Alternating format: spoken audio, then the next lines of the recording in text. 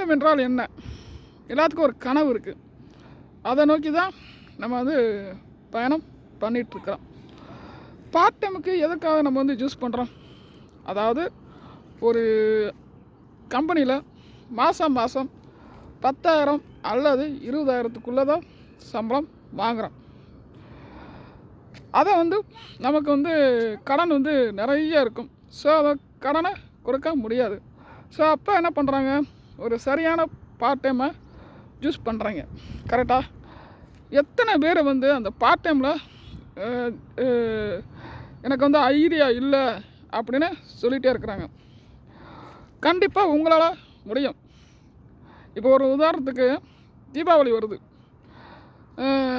எத்தனையோ பேர் துணி வாங்குறதுக்கு, பட்டாசு வாங்குறதுக்கு எல்லாமே வந்து கடனை வாங்கி பசங்களுக்கு கொடுப்பாங்க.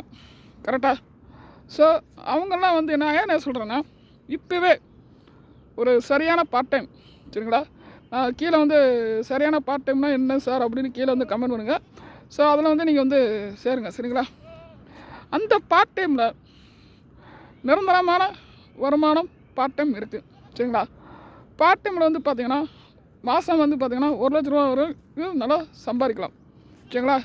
நம்ம வந்து முதல் ஸ்டெப்பை வந்து எடுத்திங்கன்னா கண்டிப்பாக நீங்கள் தான் ராஜா, சரிங்களா? பார்ட் 1ல் நான் சொல்லிட்டேன்.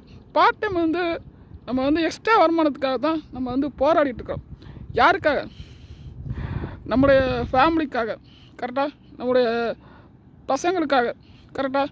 அதுக்கப்புறம் ஒரு கார் வாங்கணும், ஒரு வீடு வாங்கணும். அதுக்காக தான் நம்ம வந்து பார்ட் டைமுக்காக சூஸ் பண்ணுறோம், சரிங்களா? கீழே வந்து கமெண்ட் பண்ணுங்கள். அடுத்த வீடியோவில் பார்க்கலாம்.